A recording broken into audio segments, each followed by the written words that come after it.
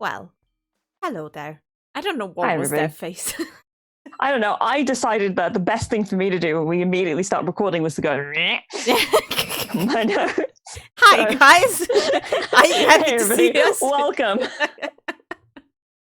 I'm sitting here with an angry face. Kate is just up her nose. Perfect. It's fine. I definitely wasn't snorting anything. Are you sure? I'm making jokes. Jokes. FBI. Wait. I know, it's disgusting, right? I have a magic trick. Look. Wow, are we doing this? Oh, right. What? What? Yeah, there it is. I thought you were actually going to pull out like a magic trick. I thought you were going to start pulling cards out and stuff. And I was like, I'm not Dynamo. Are we doing this now? Nope.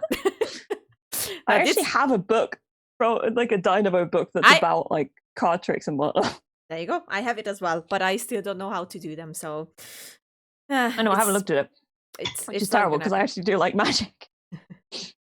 I should practice as well, but I'm like, I'm not particularly dexterous. Yes. Oh well, it is what it is. How are you, Katie, on this beautiful day? Dude, it's pissing it down outside. It's snowing here. But it's okay, so beautiful, arguably for you. Here it's just miserable. Fair. Yeah, I'm all right. How are you doing? Yeah, it's going. It continues to go. Indeed. Yeah, it's something happening. I don't know. It's okay. I'm weird okay, today. I'm gonna take the reins and say I'm gonna introduce the fucking podcast and say hi everyone. Welcome to all the films we judged before. I'm Katie.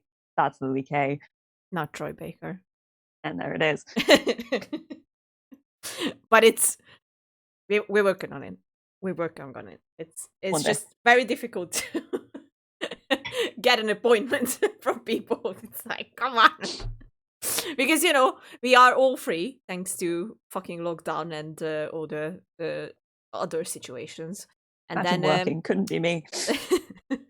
And then it's like, it's good for us, whatever and whenever, but it's not the same with our guests, and we have to respect that. But we're working on it. There are some exciting things happening there behind the scenes. And at least being a mad person. Yes. I went full on crazy, so yeah. It's a lot of me suddenly going, oh, could we try? And she goes, yeah, I've already done it. And I'm like, what? It's already done. I'm on it. I think, yeah, okay, maybe I should just leave you to it.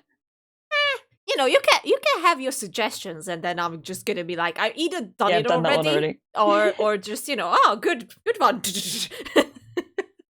You never. One day, I'm gonna suggest somebody, and you're like, okay. It can happen. It can I sent out a few emails. We got I don't know what happened. I mean I kind of do what happened. It's like ever since we joined in on Troy's channel, I've been getting emails from people, and one of them was actually an agency, and they offered us a free premium access to their database. So that means that Lily is just. I'm just going for it. I'm just like, okay. I want this person. I want this person. I want this person. Yeah. I want him as well. I want her as well. Done.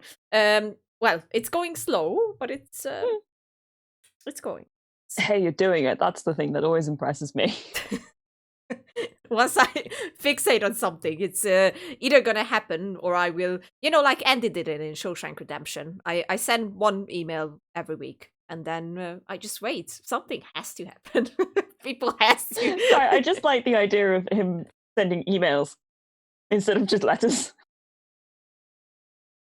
There's something somehow like less impressive about the idea of him sitting there and writing. Because writing a letter every day is like you've got to sit down, write the whole thing out with your hand. And yes, it's romantic.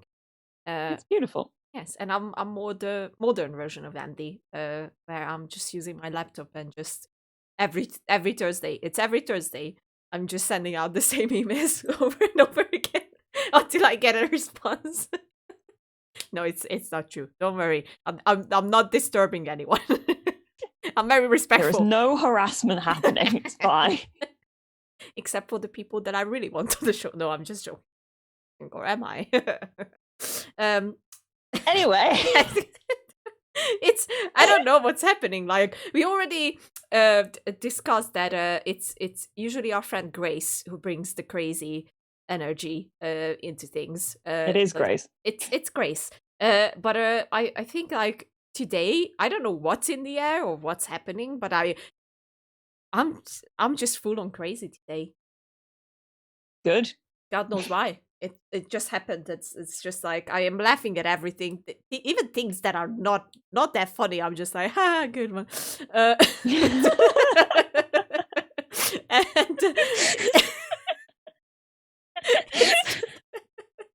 it's just, I don't know. So just maybe it's gonna be, it's our, basically this is this year's last episode. Because Yes. then, the episode after this is already in 2021, Jesus Christ. So it's gonna have a weird energy, I guess, like all of our episodes. Yeah, and we should probably tell them what we're talking about. Unless, do you want to go over what we've been? Do you want to do what we've been watching? Yeah. I mean, if you follow Katie, you already know that she's just full on hooked up on West Wing. I've been watching the West Wing. I was more asking for the format of the episode. I really wasn't looking for an excuse to talk about it.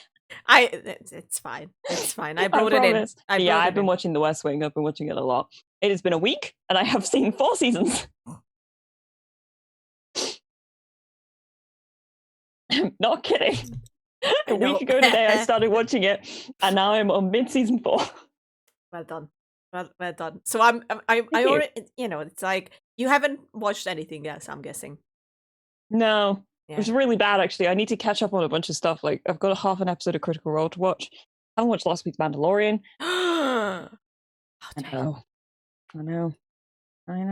Oh, I did take a break last week to watch Taskmaster in the morning because I skip, because I usually sit down and I get on a voice chat with some friends of mine. We watch Taskmaster together. Yes.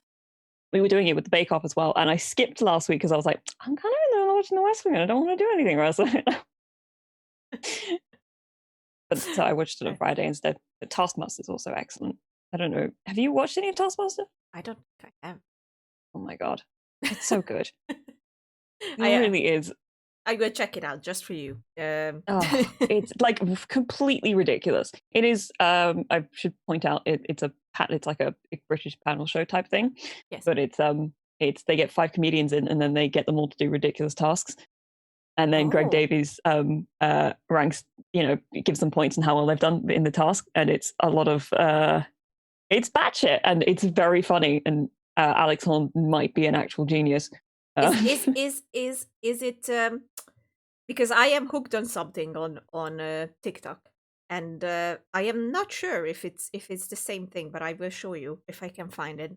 And I don't know why I didn't Google it until this point, but it sounds very familiar to what I've been watching. Are they them? No, that's Would I Lie to You? No, not Would I Lie to You. What the fuck am I talking about? That's I don't know whose line is it? Whose line is it anyway? That's it. There you go. I haven't Googled it yet. It began with a W. That's what was in my head. No. Taskmaster is it's a very, very British thing, and it's I think you should be able to watch all their episodes on their YouTube channel if you're international. Oh. I started watching it last year because I got really obsessed with James Acaster, who's quite a brilliant English comedian. And he was on a season of Taskmaster, and somebody put like a compilation up of like his best bits from some of the episodes, and I was like, well, this show is insane. I'm obsessed. And I watched all 9 seasons very quickly. Actually, it's not true. I didn't watch a whole lot of season 6. I tried. It wasn't the best. But season 7 is insane. I will never get over James Acaster losing his absolute shit over Rod Gilbert completely fucking them over in a team task. I promise you, it is the most fun you'll have.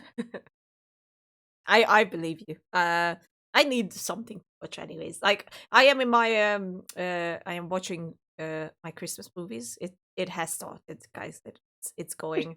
I know that you're going to see this episode on the 29th, I guess. Yeah, there's something like that, yeah. But you know, it's we are recording on the 3rd of December. The 3rd of December. But it is December. It is December.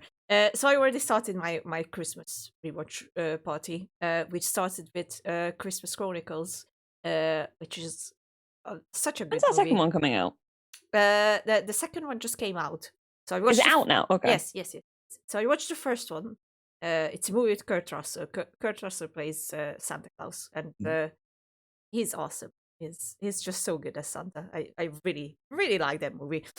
So I am gonna jump in and watch the second one. But today, one of my early birthday present gifts for myself just arrived. So I'm gonna watch that one because I finally ordered Krampus, which I already talked about. And I just I'm feeling that movie now. I have to see it today. I'm feeling it. I'm feeling it. I'm in Lily's over there going to be watching a demonic Christmas movie, and I'm just going to be like, okay, I only care about American politics, but within this specific White House right now. And I just want this White House to be real.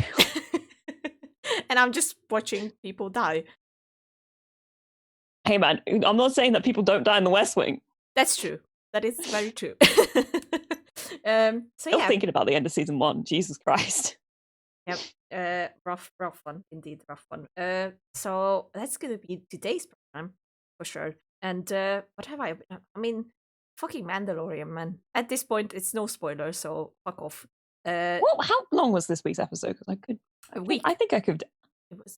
It was last week, so it's. Oh no! But how long was it? Like, how long was the episode in minutes? 42. Okay, that's a decent one. I could take a break and watch that. Yeah, most definitely. And then go straight back to watching the West Wing. I think you already saw it on Twitter, but I saw a lot of what happens in the episode pretty much immediately after I woke up on Friday. I was one of those people. I apologize to everyone. But but that's the thing. That's one of the reasons why I don't have the instant urge to watch it, because it is one of those things I get onto Twitter and it's immediately spoiled for me. Yeah. And I don't think I care enough about it to start filtering tags, because I don't filter tags for anything on Twitter. Oh my god, Katie. It's just such an effort, because then you have to then unfilter it to see all the stuff that people are saying about it. And I can never remember where it is in the settings. Okay. But yeah, the big thing finally happened in there, and Ahsoka Tano just arrived, and fucking Rosario Dawson is just the best choice ever. It's like so good, and it was beautifully shot, and it was directed and written by Dave Filoni, who created Clone Wars and Rebels, and this is what we needed. As a Star Wars fan, I was like, this is so good. Why is it so good? And they were, they already just foreshadowed things, and it's like, it just, you know what I mean? It just blew me away. That's it. That's all I have to say. So good, so good. I cannot wait. I'll get on it at some point. Maybe. Should do it. I should do it today. Yes, because then if I do it tomorrow, it'll be 2 episodes I have to watch, and then I'm going to be like, but then that's 2 episodes I'm not watching the West Wing. God. Oh my God. Are you going to be able to talk? Right. No, I'm going to point this out to people who don't know anything about me in that sense. I will sit down, wake up in the morning, immediately start watching something that I am obsessed with, and then I will just continue to watch said thing until I go to bed that night. It is the only thing on my mind at the moment. Nothing else matters. It happens. It happens to all of us. And my tweet engagement has gone way down since I've started tweeting about it. People do not care. Okay. It's very funny to me. I'm sitting here going, like, tweeting just shit, and I just get no response. I mean, I'm always there. Come on. Yeah, but like in the past couple of months, I've gotten way more likes on my tweets than I ever have done before, because apparently more people have like me. No. But now I'm going from like getting maybe 7 or 8 to like maybe 2, and it's usually you and Thinneth. We're here for you, Katie. We're always gonna be. And I actually know what you're talking about because I love West. Well. It is nice. It is nice that I can come and be like, okay, this thing just happened. You're like, yes, I know what's going on. And I haven't watched it in a while, so I'm like catching up. Meanwhile, I'm trying to go through Tumblr, avoiding like massive spoilers for later seasons, but also looking for gift sets to look at and vlog. Because that's what I do when I get hyper fixated on something. I like to find all the gift sets. And what are you doing with your hair? I just don't like it how it looks. I didn't bring down my beanie, so I'm like, I have such a huge forehead, so but there you go. This is how I'm gonna be on the show today. And then I can't see your lovely eyes. Oh God. There we go. Oh my God, it's horrible. I can't take it. I need a hairdresser. When we will be at the status where we can have a hairdresser. And they just come in and just quickly do makeup. No? Too much to ask? No. Troy, please. Tom! I need a hairstylist on retainer, please. Otherwise, I have to wear my beanie. And I'm like, maybe people think that something is wrong with my hair. That's why I always have a beanie on. And they are right. Look at it. Do you want to sort your shit out so we can actually get into the meat of the episode? It's fine. It works. Wait, I'm okay. I'm gonna sit like this so you can't see my big forehead. Well, now I look like I'm just like a little gremlin down here. Oh my God. I'm wearing. Actually, I'm going to point this out. Lily gave me this shirt for Christmas. My Christmas presents from Lily. She was very kind and sent me a bunch of Christmas presents. Yeah. Very early. Yeah, I'm an early bird, and I was afraid that otherwise it wouldn't arrive in by the time it's Christmas. That's great. She got me this lovely shirt. She got me some magician books. Got a lovely piece of her artwork, which I have on the floor here in the tube because I don't want to put it up to like get it framed. Yes. Along with the 4 other posters that are currently sitting under my desk that also need to be framed. Fair enough. Well, I was more than happy to, my friend. You deserve all the love in the world. Oh, stop it. I know. No. It's hair day in here, guys. I was listening to We Didn't Start the Fire earlier, which involved a lot of me going. Yeah. Oh, yes. I come on. It's such a good one, and ever since rules. I love how the Avengers cast sings it on Jimmy Fallon. I forgot they did that. It's so I don't good. know if I watched it. You haven't watched it? It's so good. I know it went around the internet for a bit, and I went, "That's fun." And then it is fun. Didn't look at it. It's one of those things where like sometimes people will put up YouTube videos, and I'll be like, "I'll probably watch that later," and then I don't. I mean, I do that as well, so I should be surprised. It happens. And then I didn't. And then I didn't. Fair deal. So today is I don't know why I change my accent when I start talking about the topic. It's today. A thing. Today. We are going to talk about.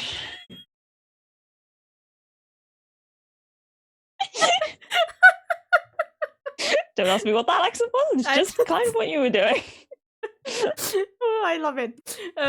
So today, like a sort of weird Sean Connery impression, but like not really.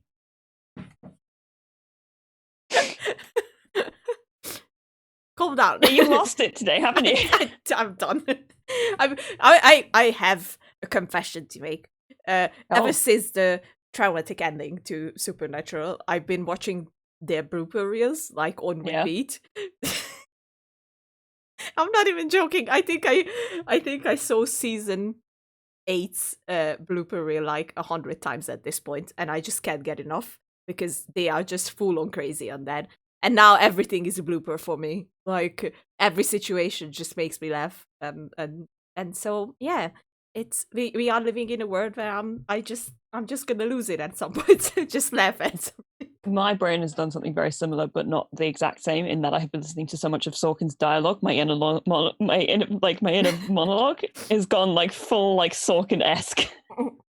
Just like everything very, very quick, and my brain is attempting to be witty. It doesn't always work, but okay. It's like I've filtered everything through a Sorkin filter. It's not a good way of putting that. He would have done that better. I like it. It works. It works for me, Kate. It works for me. So I can't do it. We're talking about the year. Thank you. We're going through the stuff that happened this year in movie and television because it's an end of year wrap up. This was my idea. I'm taking control. Thank you. Yeah, that's okay. That was it. That's it. Yeah, but I basically came to you and was like, we should do an end of year wrap up, and you said, okay, so now we're doing it. Good job. Well done. So let's start with I wrote up a few things. Okay. It's like question kind of things. Okay. Here's the first one. What was the biggest surprise of this year for you? Oh, I think it got to be the Queen's Gambit. Okay. Kind of came out of nowhere. Nobody really knew what was happening. Mm-hmm. I think people who was probably really paying attention probably knew about that they were doing an adaptation of it. But it kind of dropped, and then everybody fell immediately in love with it, including me, because it's one of the shows that I wanted to mention, actually. I mean, if you're going to go, wider, biggest shock this year was the fact that the world fell apart and everything stopped. I meant movie-wise, but yeah. Yeah. But no, I honestly think the Queen's Gambit just suddenly dropping on Netflix and everybody going, well, shit, this may be some of the best television out there this year. And I stand by that. It's genuinely fucking amazing. And I tell everybody to watch it because it's just good, like, adult television. And I don't mean adult, but I mean, like, for adults. It's like, you're a child, Lily. Child. I am. I'm not even ashamed. Yep. Go. I was just making a point. I wasn't even trying to be.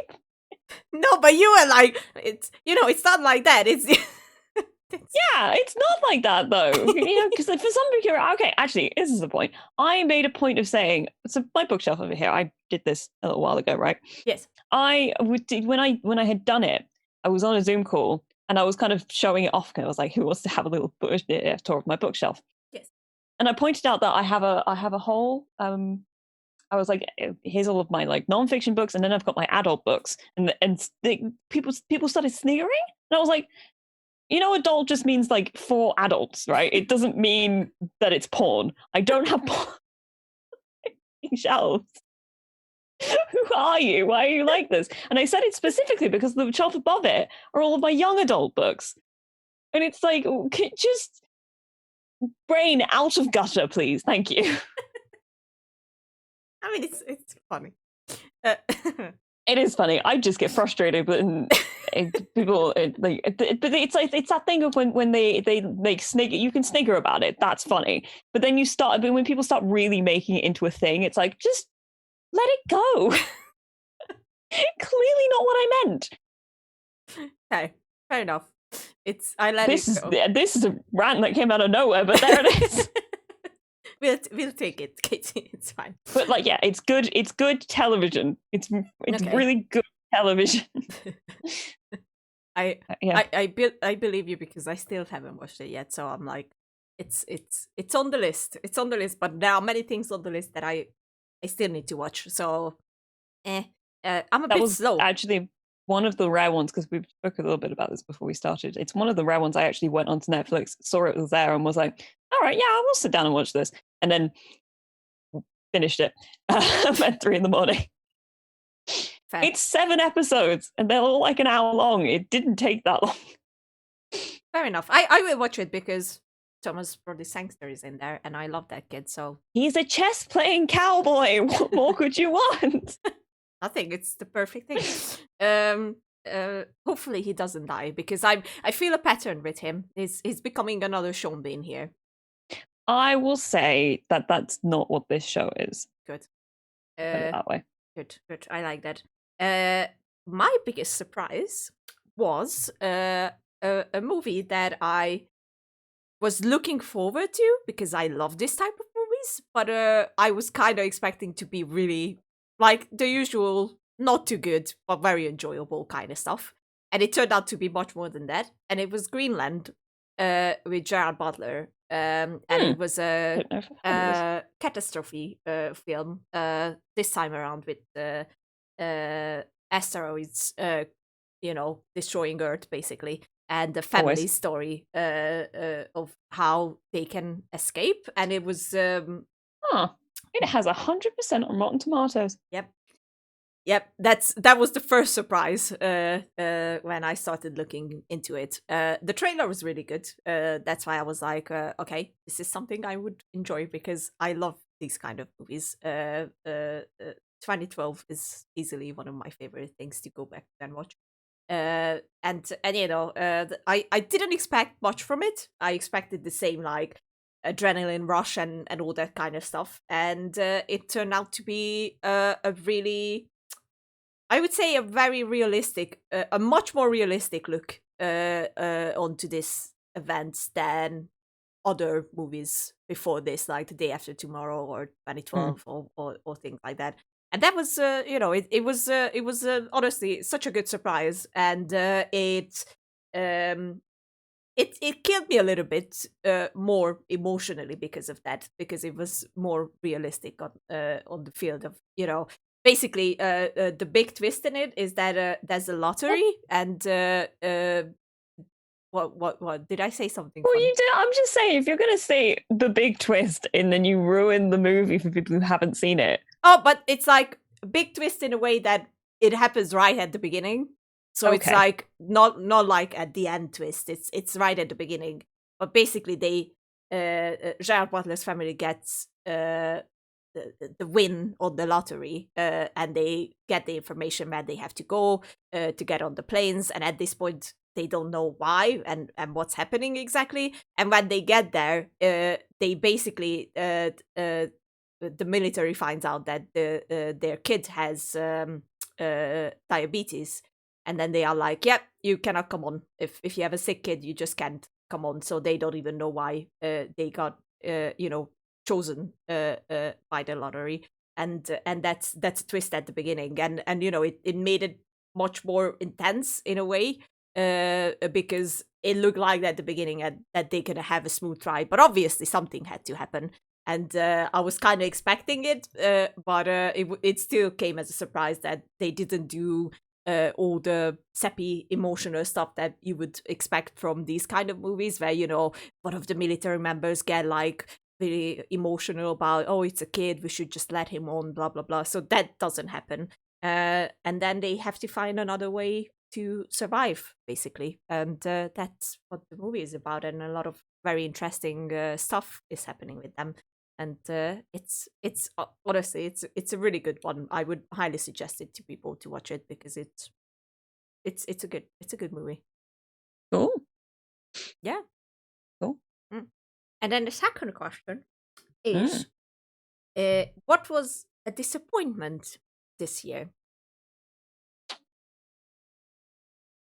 that you were looking forward to and were excited about, and then it turned out to be not that great? Not bad initially, but I don't know. Here's the thing. Yes. The things that I was looking forward to all got cancelled. See? There you So go. it's like, there was I couldn't be disappointed by anything that was going to come out because nothing came out, right? Okay. That was the big thing about this year. Anything I watched, it wasn't something I was like actively looking forward to. Like I was looking forward to the new Bond movie, and I wanted to see. You've got Wonder Woman behind you. That is coming out, but that's not out yet, so I don't have any opinions on that. as of this second. And it's like, I think the only thing that was disappointing was really understanding the fact that so many things got delayed and therefore are definitely not going to come out for like another X amount of months. Like we're not going to get a new season of The Witcher until like probably way late next year. The Umbrella Academy obviously finally got a renewal not that long ago now, but they're going into production in February, and now that probably with all the COVID restrictions and everything isn't going to come out until 2022, and it's like just the wait for everything is sucks a bit. And it's good that everything had to be put on pause because it means that people are looking after themselves, and it's like it is not the highest priority in the world. It just makes me sad thinking about the fact that everything had to stop for a long time. Like, but on the other hand, what was quite nice for this year when it comes to movies is that, pardon me, all of those blockbusters that were meant to come out meant that a bunch of really small movies got way more attention than they would have done. Oh yes. If they had already come out. It was a sentence that got away from me a bit. I couldn't remember all the articles in it. Those movies wouldn't have gotten as much attention if all the blockbusters had come out when they were supposed to. That's the sentence I was trying to get. There you go. It's true. Well, if we're gonna look at the delays, I think for me, I have two very disappointing ones that got delayed. One of them is Black Widow, because Marvel is the love of my life, and I am really sad that I couldn't watch Black Widow. But obviously, I think we will get to the point where Disney is just gonna release it on Disney Plus at some point. And we're gonna get the Marvel TV shows soon. WandaVision starts in what, January? Is that what they decided? Yep. So I read a whole article about it on Empire the other day, which was very exciting. Actually, very, very much looking forward to it now. I cannot wait. I honestly cannot wait. But I don't like Disney Plus. It's a message for you. I just drop all the episodes, please. I just want to binge it. Is it too much? Yes. Oh, fine. And but the other one is Quiet Place 2, because Cillian Murphy was coming on board, and I wanted to see that, and I cannot do that until next year. So that was like good point, because Peaky Blinders season 6 was meant to start filming a couple of months ago, and that's not going to film until the new year, which means we're not going to get a new season of Peaky Blinders until 2022. Nope. Don't know what's going to happen to Tommy. I'm worried about him. He's not well. Nope. Yeah. He's really not well. No.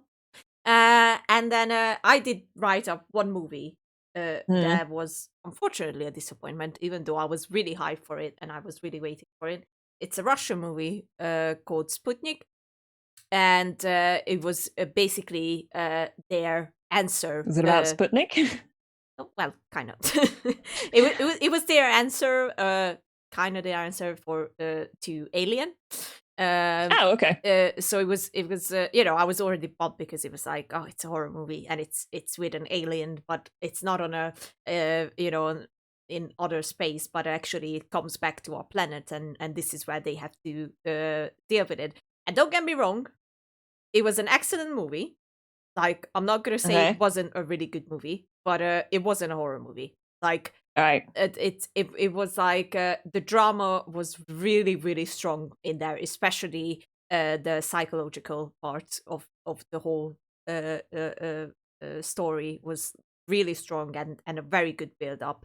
But they made a trailer that was so intense and got me so freaking excited for this movie that I was like, oh my god, this is gonna be like such a wild ride, and it's gonna be scary in the best possible way, and it's gonna bring back all those feelings and everything that I had by watching the Alien, and then there's a scene at the end where it's like, yeah, kinda, but no, I miss that. That's why it's like the same that you had with Moon. where Right. it's. I When was you go into it expecting it to be one thing and it just turns out to be something different, it's like, well, I can see this is good, but my brain wasn't wired to be thinking about this movie in this way. Yeah, so that was like, it's still a really good movie. But yeah, I was expecting something completely different. So that's why I'm like, oh well. Oh well, just alas. What can we do? And here's where I'm gonna put in my other note to Disney. Can you please give back Neil Blomkamp the Alien movie that he was gonna do? And I just don't care about Ridley Scott after the fucking fingering scene in that horrible movie. Nah, give it back to Neil Blomkamp and let him bring back Sigourney and everyone, please. Do I want to know? The fingering? You do. So basically, in Alien Covenant, that fucking abomination, there's a scene between Michael Fassbender and Michael Fassbender where I do know, I vaguely know something about this, but no specifics, and I think I'm going to stop you there and go, okay, I don't need to know anymore. I will send it to you, or I will put it in this video so everyone can suffer like I suffered. Man. But yeah, I think that's the big disappointment this year. And I would say that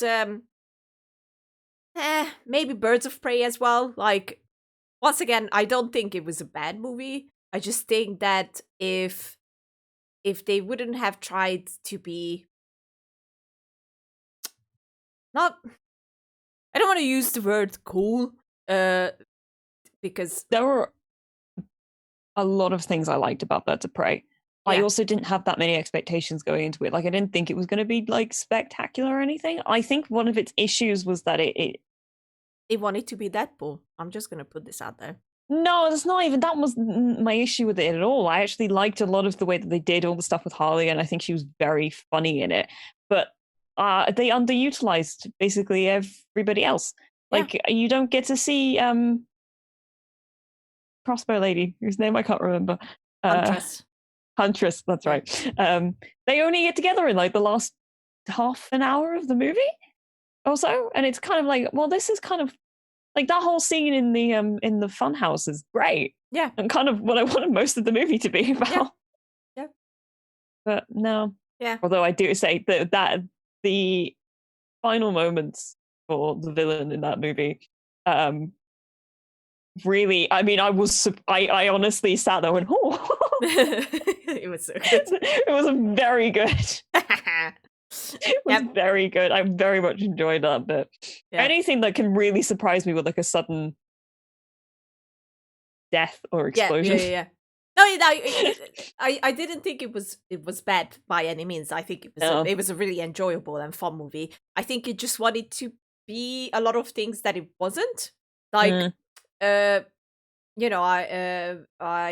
like the Birds of Prey theme in there, but then Birds of Prey is kind of like a completely different thing, and I feel like that, I get what you mean. It feels like it both it wanted to be the Birds of Prey movie, but it also wanted to be the Harley Quinn movie, which kind of was there in the title, but it felt a little like disjointed because of it.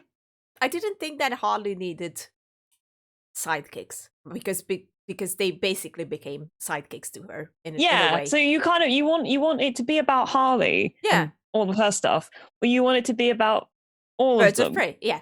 Yeah, it's and you don't get that. Both. And you don't get that. Like, it's Harley's story, and then there's a little bit of Birds of Prey in there, and I'm like, I mean, it's not bad, but it's like, I wish, you kind of decided at the beginning, like, where do you want to go with this? But other than that, I really enjoyed it. I had a lot of fun with it. Oh yeah, it was a great fun for a film. Yeah. Okay. So then, the third question is, let's roll with this one. The best movie from a streaming service this year. Okay. I'm going to say this one, despite the fact I couldn't actually watch it on said streaming service because it's an American-only one. Okay. Palm Springs. Oh. It's on Hulu. Okay. I fucking loved that movie. Like, it's everything I want out of an indie movie. It's genuinely well made. Andy Samberg and I can't remember her name. It's Kristen something. The two. It begins with an M. It's one of those names that I'd have to look at to figure out how to say because I'm bad at remembering names. You know, it's that kind of thing. But they're so good in it. It does the time loop. Miliotti. Okay, something along those lines. Yeah. Sorry. I was like, it's kind of Italian sounding. I just don't know how to say it. So I apologize. But it does the time loop thing in a really interesting way. That it kind of surprised me watching it. So I was like, oh, this is a time loop movie. But I'm like, oh, this is okay, because it kind of it doesn't go about it in the exact same way that you always see time loop movies kind of play out, right? And it was just I liked the fact that Andy Samberg's character in it didn't become an asshole. Like he still understood what like human decency was, despite the fact that he'd been in this sort of hell for a really, really long time. It's also just pretty sweet and funny, and it has indie movie in its bones, which really appeals to me. Plus, it was the cinematography was done by Gwen Tran, who is the wife of Sam Riegel from Critical Role, and she's like a really amazing cinematographer. I love Q. That's just my fangirl moment of a. We'll take it. Yeah, I loved Palm Springs. I haven't watched it yet, so I have to. It's on the absolutely list. It really, really blew me away, kind of unexpectedly. Like I knew I was gonna like it. I wasn't expecting it to actually be really good. That was the thing. It's like there are movies that I expect to like just because it's kind of in up my street, but this is genuinely just like it's a well crafted film. You know. Fair enough. Fair enough. I'm gonna go with two. One of them is #Alive from Netflix. Oh right. And it is. It was also a surprising one as well because I didn't know it was coming, so that's why it was surprising. and I am so glad that I watched it because we already established that I love Korean movies, and we already established that I love zombie movies. And this is both. Yes. Yep. And it's excellent. It's very, very good. And it has an American counterpart, which is Alive with Tyler Posey and Donna Sutherland. And that's the. Is it Alive or Alone? Alone, sorry. Yes. That was a movie I saw that was called Alive, and it got mixed in my head. It's Alone. Yes. And it's I'm gonna put it out there because now I watch both of them. And Alone doesn't even come close to #Alive. I'm just gonna say it. Like I think I live commented for you. Yeah, you did. I was watching it. I found it very interesting considering they're basically the same script. So it's kind of fascinating to me that one could be so much better than the other one. I think where they went sideways for me completely with Alone, especially after watching #Alive, is that the female character, the female main character, is just in Alone. She's just like, you shouldn't even be alive.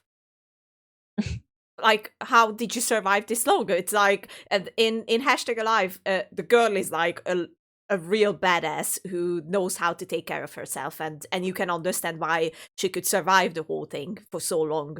But in Alone, you're like, really? Like, do I have to believe it that you survived? An interesting conversation in getting different directors and casts together and seeing how things play out differently. Somebody else comes in and interprets your scripts in a different way. Yeah, it's a really bad example, so forgive me, but it's basically the same situation that they did with that Shane Dawson movie, and then I don't know who was the other girl. I think it was a girl who got picked and it was like a documentary called The Chair around it, like how they got picked for it and how they I heard about this, but also I don't really care about that side of YouTube. Yeah, me neither. But it's basically the same situation where they got the same exact script, and it's interesting to look at how they made two completely different movies out of it. Yeah, I mean, Shane Dawson's is just fucking crap. Just gonna put it out there. It's disgusting, and it's like, nope. He's a bit gross, though, isn't he? He's very gross. It's very disappointing.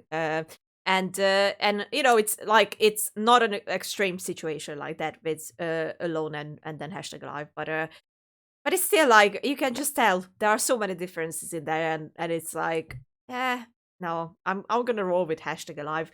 And then the other one that was surprisingly good, and once again something that I wasn't even aware that gonna come, is the one and only Ivan on Disney Plus, with the wonderful cast that included Sam Rockwell as Ivan, and then Danny DeVito and my beautiful Angelina Jolie. And it was inspired by a true story about a gorilla that was raised in captivity. And what's it called? Ivan. Ivan, yeah, the one and only Ivan. It's a I don't think I've heard about this. Such a lovely movie. It honestly, it made me ugly cry, which is not surprising because I am ugly crying on everything. That it just gets a little bit emotional. But it's a true, sweet and wonderful film. I don't know how this passed me by. I haven't heard anything about this. Well, there you go. This is my official recommendation. How very cute. All right. It's really, really good. So yeah, and then now I think we can step on the other mentions. I don't have any more questions. Okay. Well, I have a whole list of stuff in here that I've got a bunch of stuff that started and ended this year, which is a shame. Okay. So I've got a couple of things that ended this year. The final season of Bojack Horseman aired in January, and I just want to give that a shout out because I loved Bojack so much for many reasons. But parts of it and some of like the character of Todd means a lot to me very personally. But also, I think it's one of the most complex looks at like really sort of complicated humans, even though he's a horse. That I have ever seen. Like, it's a comedy, but it's also one of the most I think The View from Halfway Down may be some of the best television I've ever seen. Like that's its second to last episode. I think Will Arnett gives like the most insane performance. Bojack is such a. I really always commended the show for making it, doing that, because I have this thing about characters need to be complicated and interesting. And nobody wants just a good character, right? You want an interesting character. You want a character with flaws. Bojack, in its bones, was all about the idea that nobody's all good or all bad. There's no such thing as good people and bad people. It's just that there are people, and sometimes they do really shitty things, and sometimes they do really good things, and sometimes these things don't cancel each other out. They just are. And it was all about things just being as they are, and accepting and understanding trauma and moving on from it. And it just this incredibly nuanced look at really fucked up people in a way that made them so you can understand them but not excuse them in any way, shape or form. And I was really happy with the way that they ended that show, because I know there were a lot of people who were I think the only way that they can end it is if they kill off Bojack. And I was like, no, then you're missing the whole point. The whole point is that he needs to grow. He needs to actively accept that there are things that he's not going to be able to fix in his life, and then continue to be better anyway. And I love the fact that that was what that whole show was about, even if watching it in very large chunks is asking for a depressive episode. It's a really, really heavy show. But I think it's also just some... I will never overstate how incredible some of the episodes of Bojack Horseman were. And I think because it happened so early in the year, it's kind of been a little bit left behind now, because everybody was like, that's over now. But it's BoJack deserved all of the praise that it got when it did. Yeah. I mean, that was one of the big ones. The other one I was going to talk about was Schitt's Creek, which also has just a whole lot of legacy to it. And I came to it late. I'm wearing my You David shirt. Yes. And everything. But the final season aired, and I ugly cried at the finale. I cried at the episode before that as well. It's just I don't want to spoil it because I know you're going to watch it at some point. But it's like you don't get like the queer representation on that show was in its own league, because it was actually written by a gay man about like a queer relationship that was successful. And you knew it was going to end in love. And the whole show was about love and like love for your family and how that makes you better people. You can't fault Schitt's Creek and what it did and how important it was for so many people. Watching the what's the fucking thing called, the little documentary they did afterwards, they have this whole section where they show them all going to Pride the year that they finished filming the show. And just so much crying. Just all of these young LGBTQ kids going up to them and seeing and just the interaction between how much this means to these people and how much that feeds into the love that goes into making the show and all that sort of stuff. It's like, if you want to see why representation is important, you just need to see that. That's it. Yeah. So those are my two that ended this year. Okay.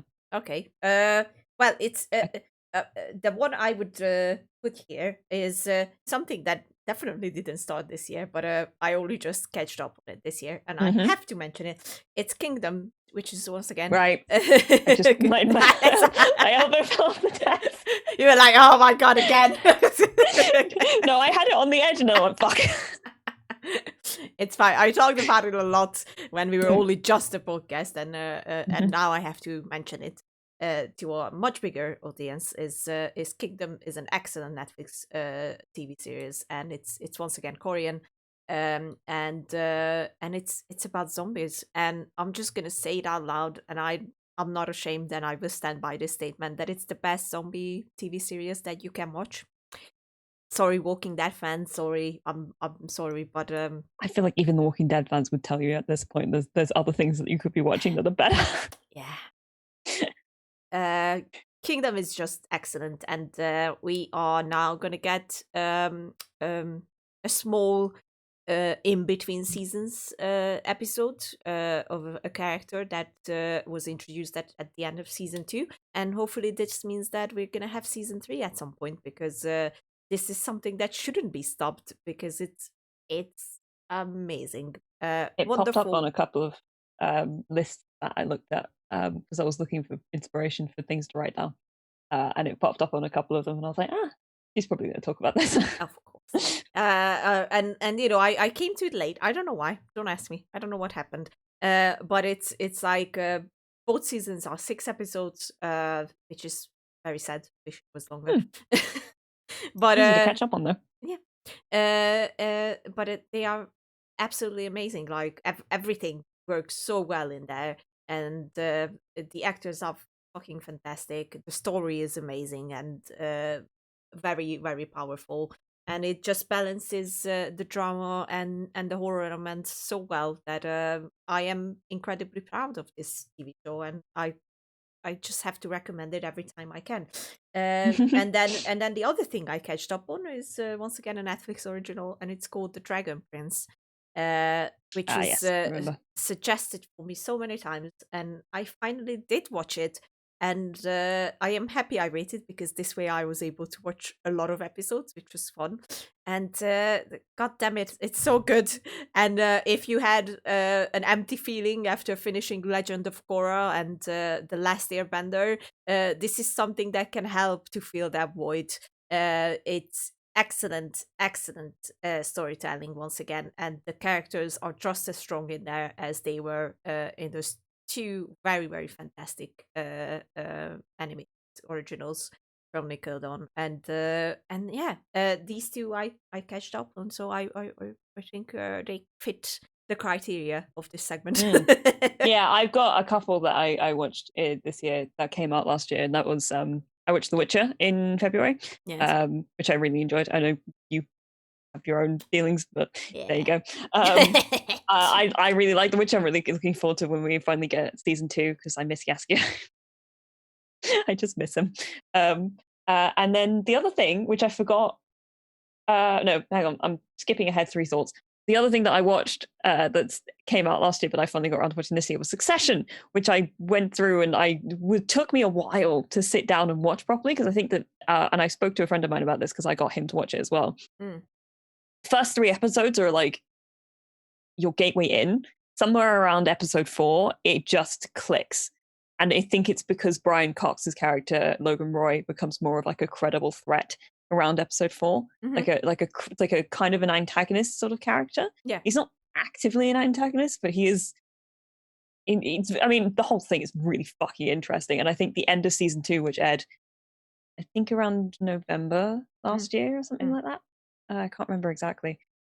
It's just fucking amazing. I was sitting in bed watching it because there was all this stuff that was building up, and I was watching it going, I can see where this may be going, but I feel like there's another shoe that's waiting to be dropped. And then the other shoe dropped and I went, wow. Like, honestly, everything that, like, it was the most masterful setup and payoff I've been so happy to see. Oh man, I'm really, because I think I'm hoping. The last thing I read was that they were looking to start filming again in November. I'm really hoping they have, because I really want more. Hopefully. I want more Succession. I mean, it's definitely been renewed. They won like a fuck ton of Emmys and everything. Jeremy Strong won the best drama actor, which I know not everybody was on, the happiest with, but I think he absolutely deserved it because of, I mean, the most incredible performance throughout the entire season, frankly. And it won best drama, which it also definitely deserved because, fuck, I mean, it really is so good. Yeah, I have a couple of things in here that kind of got a new season that aired this year. Okay. I was going to mention The Magicians just because that got its final season, and I also watched the entire thing not long after that. Yeah. Obviously, we've already spoken about how much I love The Magicians, and even if season 5 has issues, I still love it very dearly, and it's still got. I mean, it's actually still got one of my favorite episodes in it, which is their time loop episode as well, because it was just him, Elliot, and Margot having to go around a time loop and everything going just completely batshit insane. It was excellent. Plus, it's got one of my favorite lines in anything ever. I will send it to you, and if you feel like putting it in, you'd be happy to, but it doesn't. You don't have to. I will send it to you if I can get my hands on it. I was going to mention, the beginning of this year had Sex Education season 2 come out. I forgot that it was like right at the beginning of this year. I was like, I think it was at the end of last year. It was right at the beginning of this year, around January time. Okay. And they've finally gone into production on season 3. I really like Sex Education. I think it's a very, very, very good show. And Gillian Anderson's fucking amazing. Oh, okay. You should watch Sex Education. Yeah. It's like Asa Butterfield is very good in it. And I mean, everything's worth it for Gillian Anderson. Just everything. Fair deal. I just never got into it. I was like, okay, it exists. It's a fun show. I think you just kind of, it was one of the ones that I found out about when I was working. I worked at a transcription company a couple of years ago. And it was kind of one of the shows that they were working on a little bit. So I got to see a couple of episodes in bits and pieces. So when it came out, I was really happy that people kind of jumped on it because they got another season, and obviously that came out this year, and they've gone into production on season 3, which will probably be out sometime next year. Who knows when? Probably summer, maybe. But I'm looking forward to that whenever it happens. What else have I got on here real quick? Obviously, The Umbrella Academy season 2 came out. I watched that in a day. Not surprised. Worth every second. Not surprised. I'm really excited to see what this show does now that Elliot Page came out as trans and non-binary. Congratulations to Elliot. Yes, congratulations. I don't know what they're going to do with Vanya, but I think whatever they decide to do with Vanya. No, but even if they keep Vanya as she is, or if they decide, I think Elliot will probably, they've probably already had all of these discussions already because they sent out the first episode to everybody. Yeah. I'm just excited to see if this changes Vanya as a character. and what that looks like, because I think it would fit perfectly within the show if they decided to make Vanya non-binary. I'd be really happy to see that. I don't know what it's going to do, but I'm really excited to see what they really heavily do with it. And, the fact that they actually renewed it for season 3 just made me breathe a sigh of relief, because I was like, this is happening, right? I don't know what I'd do if you cancelled it, despite the fact this one was like #1 show for like over a month. Both in the UK and the US. What were my other ones? I was going to say The Boys, obviously, because you finally got me around to watching The Boys. Charlotte finally got me around to watching The Boys. And season 2 obviously just aired, so yes. That I mention. Yes. And then my last one, I think I will mention, because it's the last one on my list, which got cancelled too soon because of COVID, was I Am Not Okay With This. Oh my God. It was so good. And then they fucking cancelled it. Like, they had renewed it, and then they went, no, we haven't got time for this now. I'm so disappointed in them. It was so good. Like, really, like, what was it? 7 episodes or something like that? 8, I think. 8 episodes. They were like 20 minutes long. I watched it in a day. Was sitting. Yeah. I was I was hooked from the beginning, which is very rare for me when it comes to TV shows. It's Sophia Lillis. Sophia? Ellis. What? Hang on, I'm going to get this right. Check it, please. But the girl from that's Sophia Ellis Baxter. Sophia Ellis. That's her name. There you go. I mean, she was in It. Obviously, she played the young Beverly. Yes. Oh no, hang on, it's not Sophia Ellis. That's a different person. No. What's her name? So it's Elle. Hang on, I'm just gonna look up the show.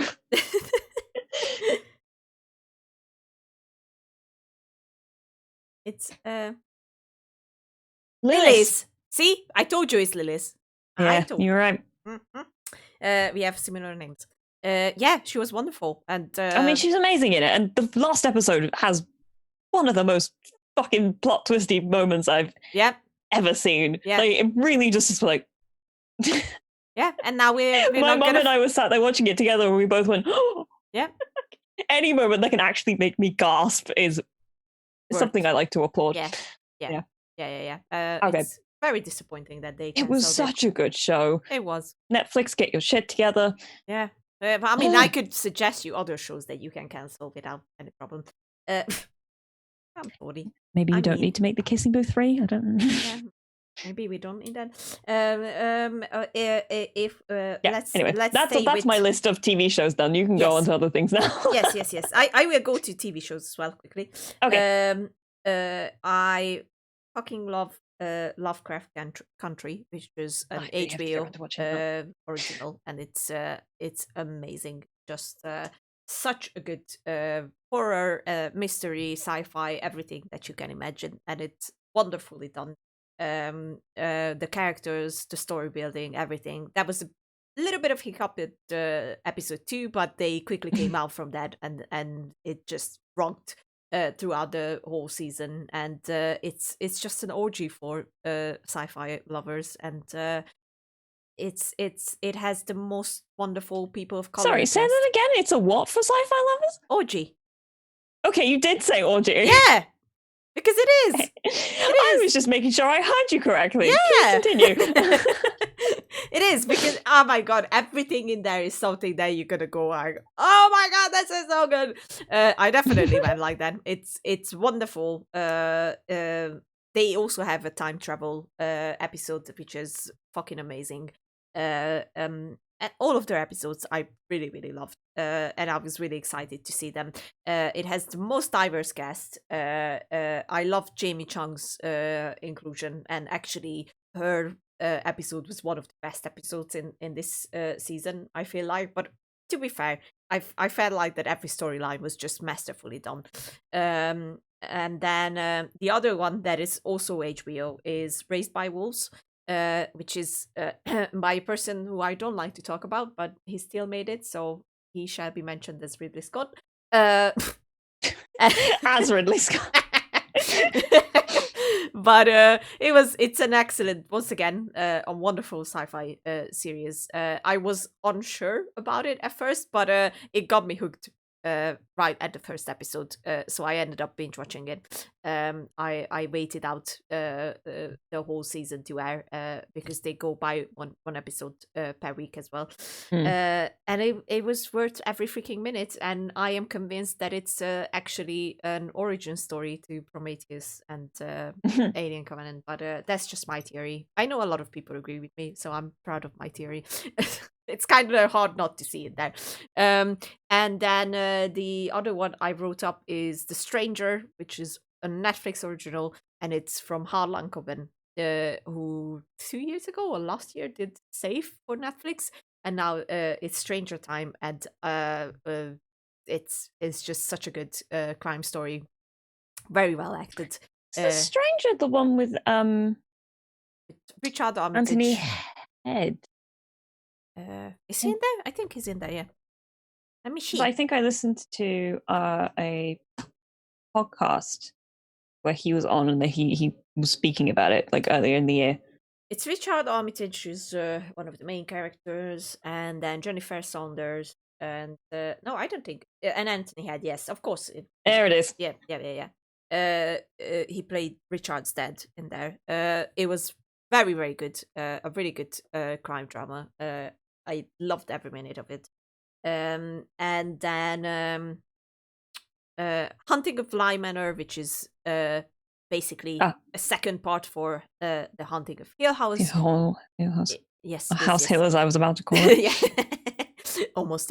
I really enjoyed it. I know it was a lot of fans. They're like, oh my god, this is not even a continuation. Nobody said it would be, my friend. It's called an anthology series. That's why it's underneath 2 different banners on Netflix. Oh god, it always makes me laugh. Some people. I really, really enjoyed it. I think it had a much softer tone to it than Hill House had, which is not a problem for me, at least. It wasn't your typical horror, but the horror elements worked really well. I'm just gonna say it. And the cast was fucking wonderful. I was gonna say the cast looks amazing. I mean, Raoul Cooley is amazing. I love him. Everyone was just freaking excellent, and it was perfectly splendid. Perfectly splendid.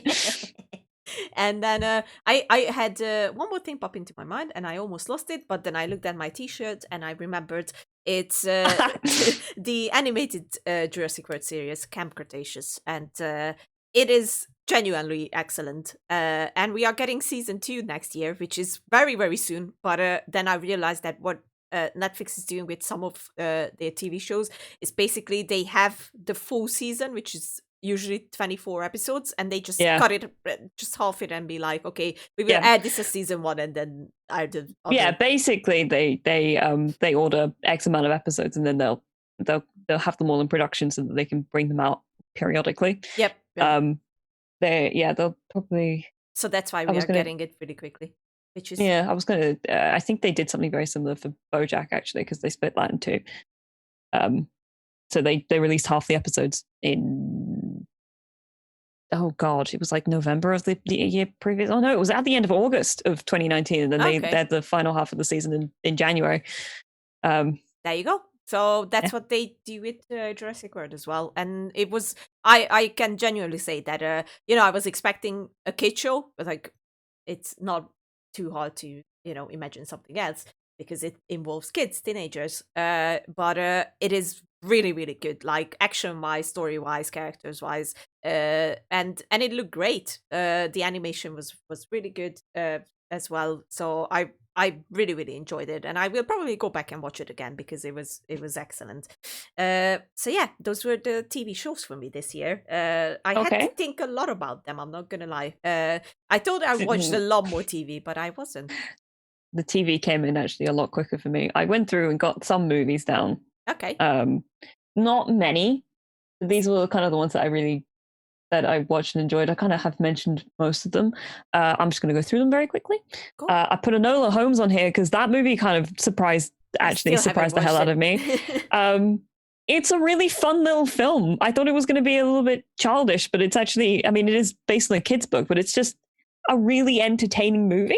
And Millie Bobby Brown does an excellent job as Enola. She has enough charisma to make the whole kind of talking to camera and kind of winking sort of thing work very well.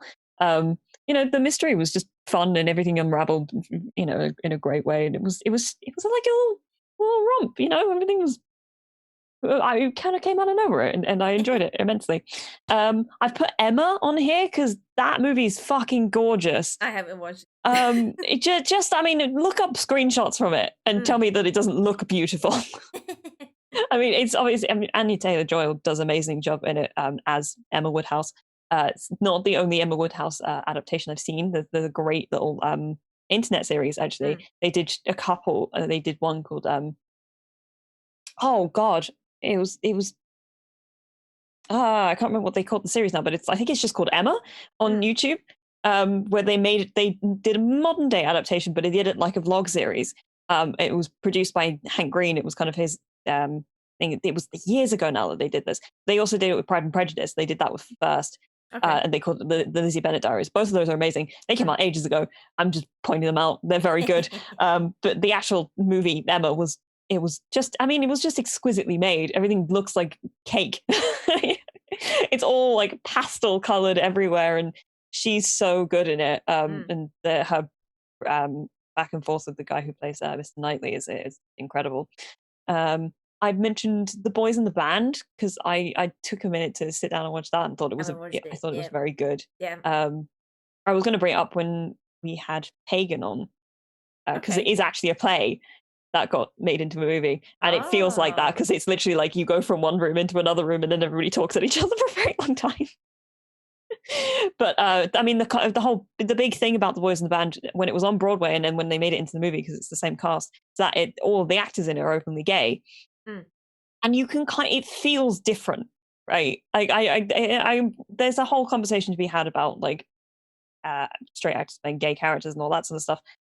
But there is something that feels inherently different about the fact that knowing this cast are all openly gay really added something to the atmosphere of the story. I think it was just really fucking well made. I don't know if it because it's an old play. I don't know exactly when it came out off the top of my head, but it's a pretty old play. So some of the content in it hasn't aged the best. Yeah, because it's set in the 60s and all that sort of stuff. But I think it's oh fuck, what's his name? The guy who played Sheldon in Big Bang Theory. Thank you. Jim Parsons is extraordinary in it. Yeah. He kind of leads the whole thing, and he's incredible. And I love Matt Bomer, who also does a very good job in man, it's just really fucking good movie. I've put Parasite on here because it came out this year and I watched it this year and it is amazing.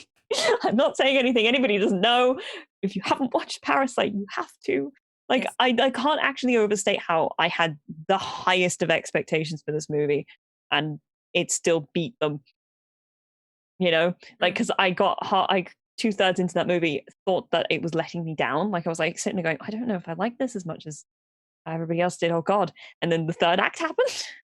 And I went, this is the best thing I've ever seen. Just the most stunning fucking filmmaking. I think that may be the closest to a perfect movie that could ever exist. And then I've got Tenet, because obviously Tenet was kind of the only other fucking blockbuster that came out this year. And we've spoken about Tenet in great detail if you want to go listen to our Christopher Nolan episode. And then I've got Palm Springs, which I mentioned, Love and Monsters, which we did an episode on as well, and The Devil All the Time, because just a bunch of lots of 3 very different movies. Point out. Yeah, but very good ones. Let's just all very good. Yes. And that was my list. Okay, I likes it. Okay, here's mine. So my teenager soul really liked To All the Boys P.S. I Still Love You. I'm just gonna put it out there. I think it was a really fun movie. I really enjoyed the first one as well. And yes, on namesake, indeed. If you haven't figured it out yet. There you go. I think it was a good second entrance into the story, and I do really enjoyed it, even if it had cliche things in there. But it was I don't think cliche is a bad thing. Yeah, it was still adorable, and I really like. I'm not gonna name Lara Jean. I know her name in the movie, but her real name is not coming to me. I will get it. Thank you. I don't know. I really, really like her. She's very, very good. And thankfully she's doing more and more. She's great. I like her a lot. She's great. And Lana Candle. yeah, thank you. And then the yes, the Old Guard was a really good one. The Old Guard was good. I really enjoyed it. I mean, Charlize Theron can kick my ass whenever she wants to. Charlize Theron can kick anybody's ass if she wants to. I don't care. Just do it. It's fine. Yeah, but the young woman in that who plays Niall is also amazing. I'd like to see her in more stuff. Yes. I really, really liked her. I really, really liked her as well. Also, my entire Tumblr is obsessed with that movie. Like, fully obsessed. I really want more from that franchise. Me too. Because that movie felt like the beginning of something. Yes. And I wanted it just felt like it had all this stuff. Yes. Yeah, like really sort of like this is the surface level of what we could be doing with this. And I'm like, yeah, give me more. Yeah. 100%. Make another one, make it deeper. I want it. The only thing I would say that I didn't like in there is the music, because I think a lot of people have said that. The music used in there was like, nope, it's not working, guys. Just please don't. So maybe I thought like it worked in a lot of places. There was a couple at the beginning that I felt like it didn't fit to me personally. It just didn't fit for me. Oh well, it's taste, I guess. Yeah. And then The Gentleman from Guy Ritchie was I get around to watch. Fucking excellent, and I am so glad that he's back to what he's doing best. And Matthew McConaughey, man, and Colin Farrell was Henry Golding. So many really, really good actors there. Charlie Hunnam and everyone was so good, and it was so fucking funny. It brought back every Snatch memory that I have, and I'm like, I was living for that movie, and we are now constantly quoting it like we do with Snatch. So thank you, Guy Ritchie. Please make more. And then Love and Monsters. Yeah, it really just come along and was perfect. It was perfect. Such a sweet little movie. Oh my god, I'm so glad we talked about it, because it's honestly, I went back to it since we first talked about it, and I watched it like 3 times already again, because I really, really love that movie, and Dylan O'Brien does such an amazing job in there, and I truly hope that they're gonna follow up with it, because it was amazing. And then Onward, just something that, you know, it was I meant to watch that and I never did. Oh my god, go for it. It's Chris Pratt and Tom Holland worked so well together. I mean, it's not surprising. I feel like I'd get on with it very well, considering the nature of it. Yeah, 100%. Come on. It was you know, it's your usual thing when you watch a Pixar and Disney movie, that you just go in and start crying at random points. Instantly. It's like, no, honestly, my mum has a friend who will just immediately start crying at the Disney music at the beginning. Yep, I can understand why. And then I'm gonna mention the best freaking horror movie this year, which was The Invisible Man. Yeah, that one popped up on a couple of lists I looked at. Yeah. God damn it! I mean, I'm just gonna put this out there. Ever since Soul came out, the very first one, which was the only good one, I'm just gonna say this as well. And we got to know the name James Wan and Lai Wannell. I knew that they're gonna do great things, but I never expected this great, because Lai Wannell did The Invisible Man, and it's such a wonderful, wonderful movie. I truly am just bowing down. It's excellent. It creeped under my skin, and it didn't leave me for at least a week after I watched it. So it was really, really good. And then Bad Education deserves a big mention. It's based on a very true story. Is this the one with Alice and Janney that I saw when I went through the Rotten Tomatoes list? Because I looked at that and went, "Huh, I might watch that." It's really, really good. Both Alison Janney and Hugh Jackman are freaking amazing in it. And Alison Janney, she is amazing. She's amazing in whatever she does. And then I'm gonna say Black is King, which I already recommended, but I'm gonna do it again. It's a wonderful film by Beyonce, and you know, she's Queen Bee, and she did fucking masterpiece. I'm just gonna say it like that, because I do feel like it's a masterpiece, and it constantly plays in my background whenever I do. I'm gonna lie. I'm surprised it's not my most listened to on Spotify. Did you see my most listened to? I think I did. Did I? Oh. If you look at my breakdown, and I think most people don't quite get this when they look at it immediately, my top 5 artists, 4 of them are actually all to do with Hadestown. Oh yes. I did notice that. I was like you like the second one is the original cast of Hadestown, but the first one is Anais Mitchell, who wrote Hadestown, and the other 2 are Reeve Carney and Eva Noble. What's her last name? Yeah, Noble Lazada. Yeah, Noble Lazada. That's it. Who are the main 2 actors who play Orpheus and Eurydice. In the musical. So it's Hadestown, they all together, which is one of my favorite bands. Hadestown. Can't actually see what my top artists are because Hadestown took all of them. Fair deal. All together. Fair deal. I mean, I'm surprised at my Spotify list. I thought that it's gonna be all Beyonce, but I was wrong. I did love that yours was your top genre was pop and mine was show tunes. Yes. I went show tunes, rock, modern rock, or the other way around. I can't remember exactly which. Pop, and then indie folk. There you go. And then what else do I have here? Jingle Jangle, which I already mentioned in a previous episode.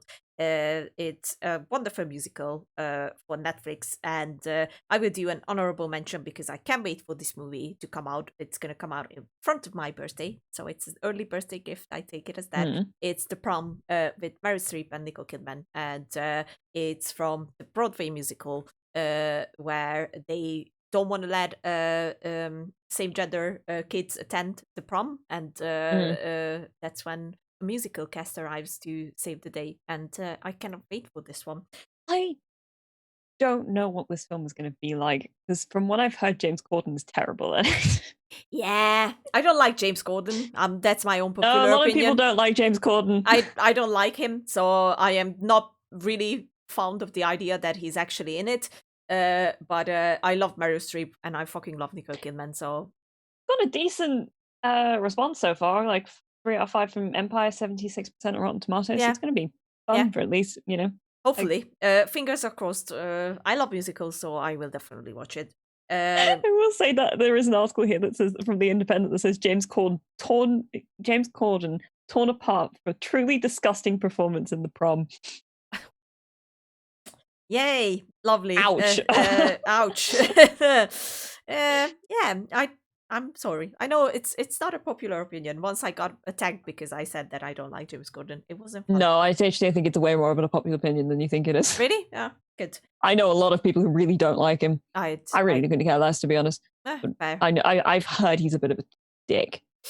It comes off as that, from his appearances. I'm not gonna lie. That's why I don't have a good feeling about him. But well. The other thing that was really surprising and good, and that's the last on my list, is The Hunt, which was very controversial because first they thought that it's gonna be like in light of all the school attacks and everything, it's going to be very distasteful and everything. I think that was the whole story around it, and it turned out to be something completely different and something that was basically already done, no matter how I look at it. But it was actually a really fun movie. I think that the fact that they made it such a big deal was unnecessary with that movie. Yeah, it didn't need to be made into a thing like it was.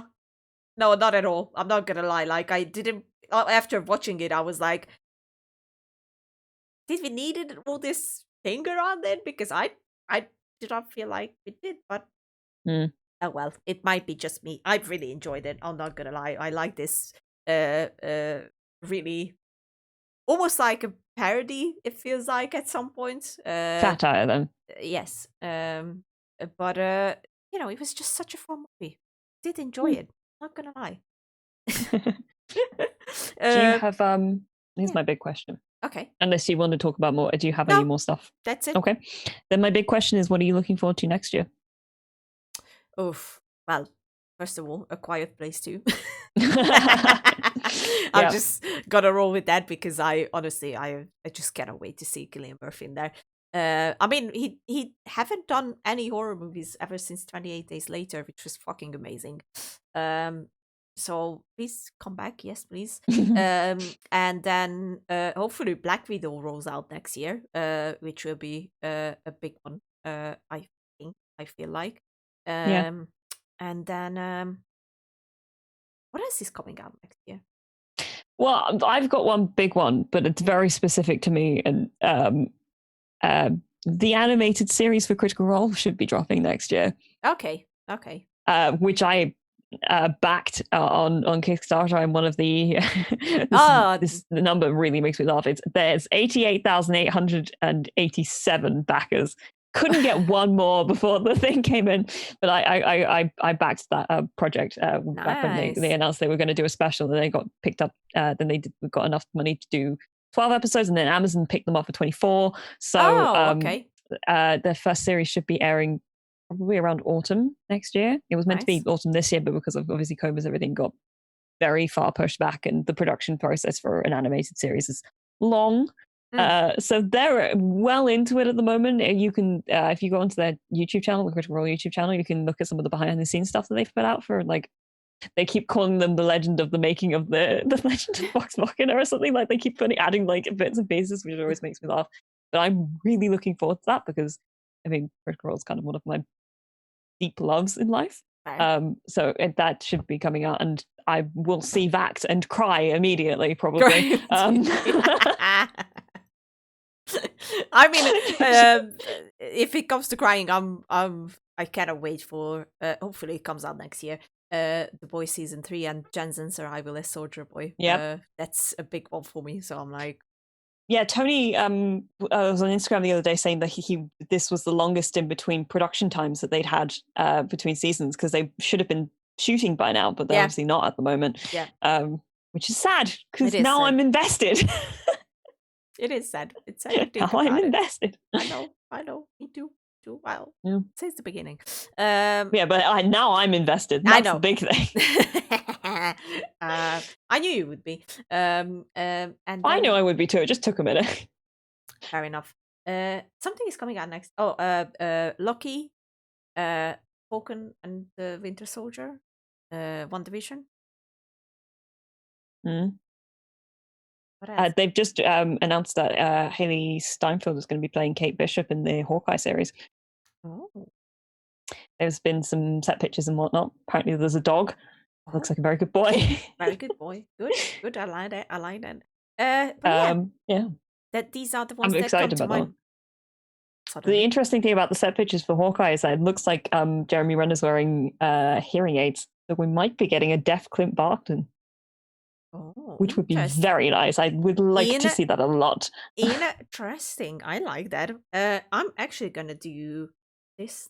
Like, what? You're gonna look up something? Yeah. 21. Okay, actually, that's a good point. 2021 series, because I didn't actually look this up either. I just wanted to mention the Critical Role animated series should be dropping next year. Eternals is supposed to come out. Oh yeah, which is a big one. Nearly buff Kumail Nanjiani. God, and my he's amazing. My beautiful Angelina is finally coming to Marvel, which I'm so fucking excited about. Kit Harington and Richard Madden are coming to Marvel as well, and my love, Ma Dong-seok, who was one of the main characters in Train to Busan, is coming to Marvel as well, and I just cannot wait for this movie. And then Raya and the Last Dragon is coming. Uncharted is coming next year, which is now something that I look isn't it? To. Yeah. In the Heights is going to finally come out next year. In the Heights, Last Night in Soho is coming out next year. Oh yes, give me. Chaos Walking, which we are not sure about, but I'm still excited. We're really unsure where we're at with this. Venom, Let There Be Carnage should be coming out next year as well. So yes, I'm actually incredibly excited for this, because no matter what people say, I think Venom's great. Yeah, it's a really fun movie. It's a fun movie. It's bad, but it's great. Yes. Oh my god, The Conjuring 3 is coming out next year, so hell yeah. The Ghostbusters should be coming out next year as well. Oh right, yeah, the fucking, what's it called? Afterlife. Yes, there you go. Black Adam is coming out next year. Candyman, which is something that I am excited about. Oh yeah, I watched the trailer for Candyman. That looks quite interesting. So yeah, there should be Should be. I mean, yeah, there should be so much stuff. So much stuff. Yeah. So much stuff. So much stuff. So yeah. There are a lot of interesting things. I can't find any like actual lists with TV shows that are coming out next year. Fair. It's always the movies first anyway that they put out. Yeah, and the TV shows tend to come out once they have an idea of when they're going to be finished. Yeah. Hopefully, The Mandalorian is still on schedule to come back the same time around next year. That should be because Jon Favreau said that they are already shooting season 3. So are they? I think so. I think the Obi-Wan series is starting soon, or if it hasn't already.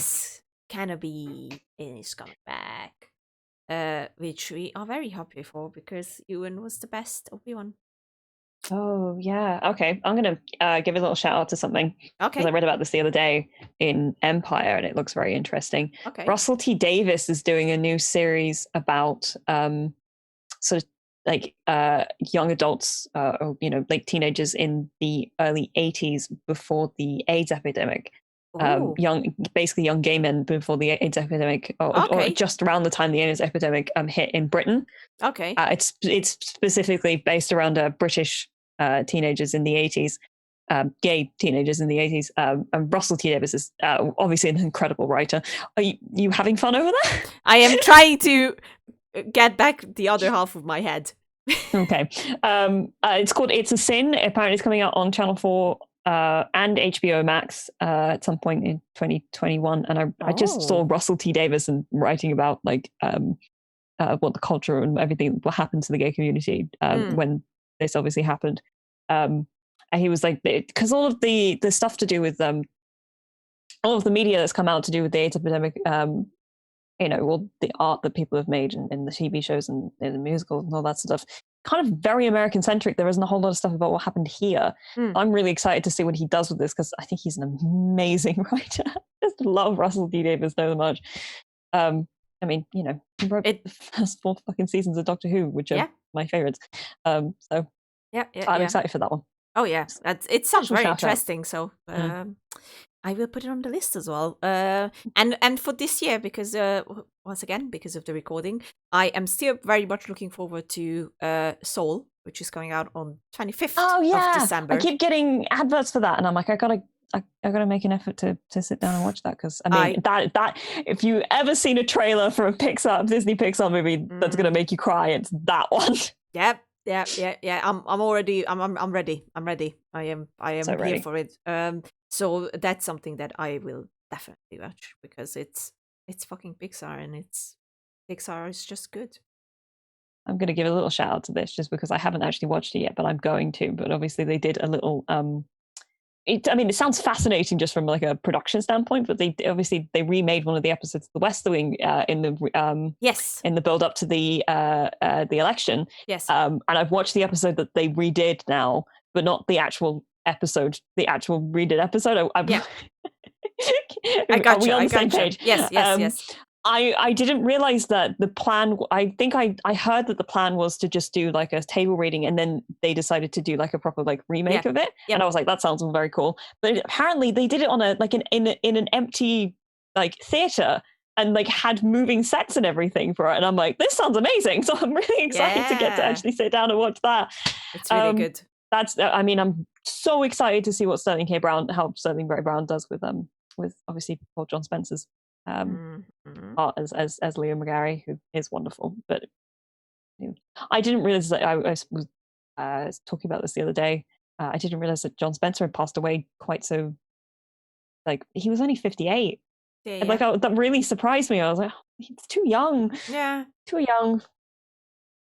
But I love Sterling K. Brown, so I'm excited to see how he does what he does with it. And if we're talking about Sterling K. Brown, I cannot. I have to mention this. I fucking just realized that he played Gordon in Supernatural. Wait, Sterling K. Brown was in Supernatural? Yes. He tried to kill Sam throughout season 2, season 3, and I think. Oh damn! Yeah, that's him. Like, I was like, early on. Oh my god, it's Sterling! What the fuck? Sterling K. Brown, actually, I think maybe one of the finest actors out there on television at the moment. I think he's incredible. Anytime I actually sit down and watch any of This Is Us, because I'm really behind on it, but very behind. But my mom still watches it, so I kind of keep up to date with what's going on with it. Yeah. And I mean, just everything he does with Randall fucking is amazing. Amazing. He's easily the best part of the whole show. I'm not gonna step back I think from this statement. No, I think I would agree with you that. I mean, everything he's. I love the way that they've been representing his anxiety in the show. Oh my god! From what I have seen of it, obviously. Yeah. I need to. I should sit down and catch up with it at some point, but I feel like I wouldn't have any tears left to shed. Yeah, that's what I did with the previous season, because obviously they already started airing the new one, and I waited out the previous season to completely air, and then I just went back to it and started watching it, and by the 6th episode I was like, I can't do this anymore. Stop it. I'm too tired. I can't. It drains me emotionally. What are you doing to me? But it's excellent. I'm not gonna lie. I did have a setback with This Is Us, but I am only watching it because of Sterling, because he's so good, so fucking good, so good. There was a period there where I got very confused because I thought he was playing the main character in Soul, but it's Jamie Foxx. It's Jamie. Sterling King Brown is in Frozen 2, and that was where my confusion was coming from. I really got them confused in my head because I was like, he's got a major part in a Disney film, and I just assumed it was Soul. It was everybody was like, no, Jamie Foxx is in Soul. I'm like, what am I thinking of then? Frozen 2, which he's also very good in, but like it is, it is, and he's good in everything. That was the big revelation I discovered this week. I was like, oh my god, Gordon was Sterling. Such a wonderful actor. And I think we're at the end. I think we're done. Yeah, we're at the end. We did mention everything we wanted. I am sure something will pop up after we finish recording. Yeah, but oh well, we tried getting everything together. This always happens though, because like, I mean, there's a point from the episode we did about the boys that I feel like I still haven't talked to you about that we didn't do in the episode. But we shouldn't do that here because that's a complete tangent, and we have to Fair. We're gonna, we're gonna talk about the boys more. Yeah, we have some things going. Yes. Lily's poking people. That's what you need to know. Yes. But yeah, this was fun. I really enjoyed this again. Always fun. I didn't lose it as much as I thought I would. Because I came along and just started getting really, really into the stuff I was talking about. That's true. It's all you. You can tame the wild animal in me. I got you to shut up. Yeah, shut the fuck up. And I'm like, okay. Yes, ma'am. But yeah, it was fun, and we're gonna see you guys in January. We already have some things lined up. We have new things happening in the podcast as well, and it's gonna be exciting. Not just for us, for you as well. Hopefully, it's all we can hope for. Okay, let's stop this.